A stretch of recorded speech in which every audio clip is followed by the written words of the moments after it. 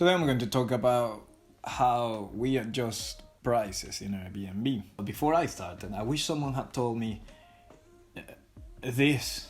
Actually, someone had breaking down for me all the expenses that I will have when running the Airbnb. Everyone told me, yes, you have to take into account the expense, you have to take into account the council tax, you have to take into account the internet, the energy bills, all that kind of stuff. But there are more expenses to that, and I wanted to know also how much is it that I would pay. So what I'll try to do today is I'm going to break down the expenses that we have in one of the houses, some tools in the end of the video to find out how much you can earn per night in your Airbnb. People generally recommend to break even around 50%, and I'll show you why I don't really like that, and I'd rather go for 40%, 30% occupancy to break even. 40%, 30%, it's the equivalent of having the weekends book plus a few more days. If we have over 1 month only the weekends book and we're still making money or we're breaking even, then I'm happy with that, because I know that it's likely that the weekends are the days that are going to be booked and not during the week. It's more difficult to get bookings. Generally people travel during the weekends, and that's when it's very easy to get in book, and that's why the pricing is a bit higher during the weekends than during the week. The second reason that I go for 40 to 30% instead of 50% is because that's the actual average occupancy that we have. There are months and when we have very high occupancy, 90%, 80%, sometimes 100% when people book for a few months, but the average overall the properties that we have is about 40%, between 40 and 50%. Okay, and I think that's pretty good actually.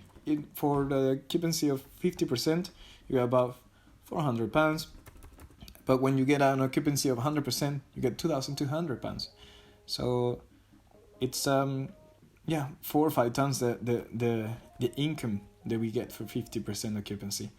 So overall, even though their occupancy is about 40%, the income that we actually make is as if the occupancy was about between 60 and 70%.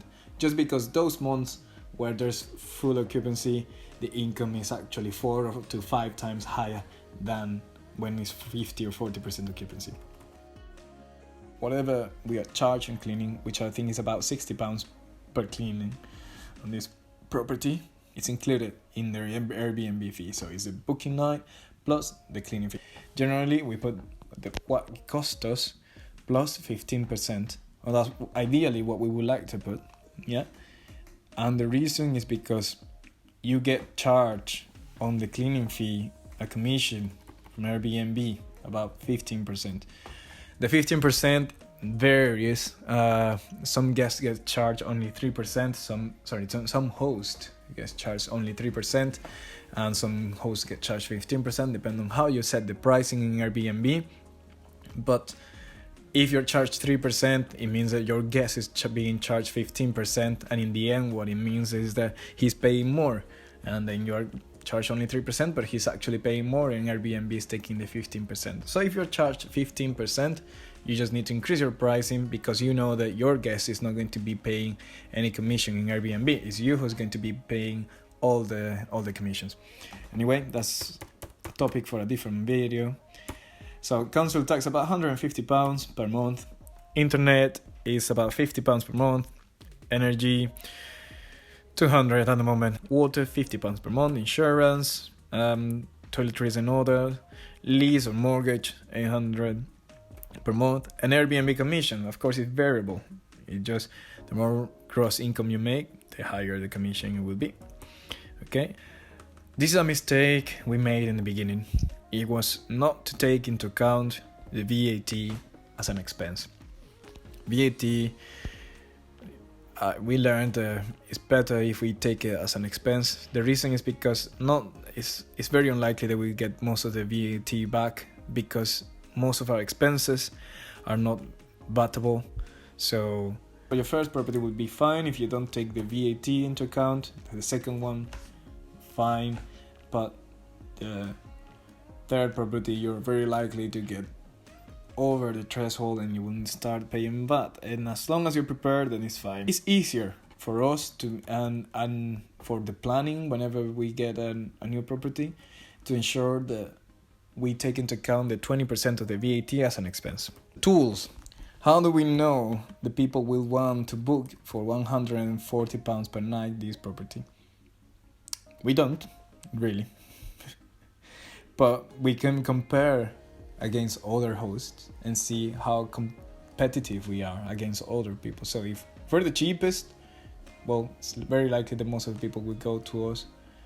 You don't want to be the cheapest because you want to, well, earn money. There are 3 ways that we have used to know how much we can expect to charge per night. First one is you go to AirBNB and you try to book as a guest, and that gives you an idea of how much you would pay if you go to that area and you look for a house more or less the size of your property. Second is AirDNA. AirDNA is a free website.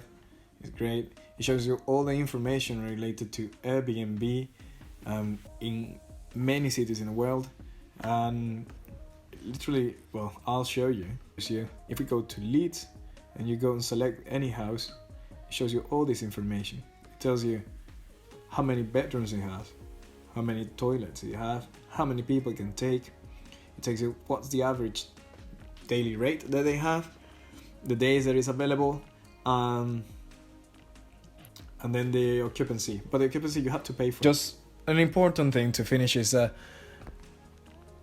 these are the expenses to running the property. However, these are not expenses that you will incur in your business. There are more expensive, of course, the transportation, the insurance of your business, that have not been taken into account. But I hope the video shows you a breakdown of the expenses that you will actually have when you run an Airbnb, and it gives you some tools to get a better idea if you're just starting, to know how much you can charge per night and what expenses you will expect in the property.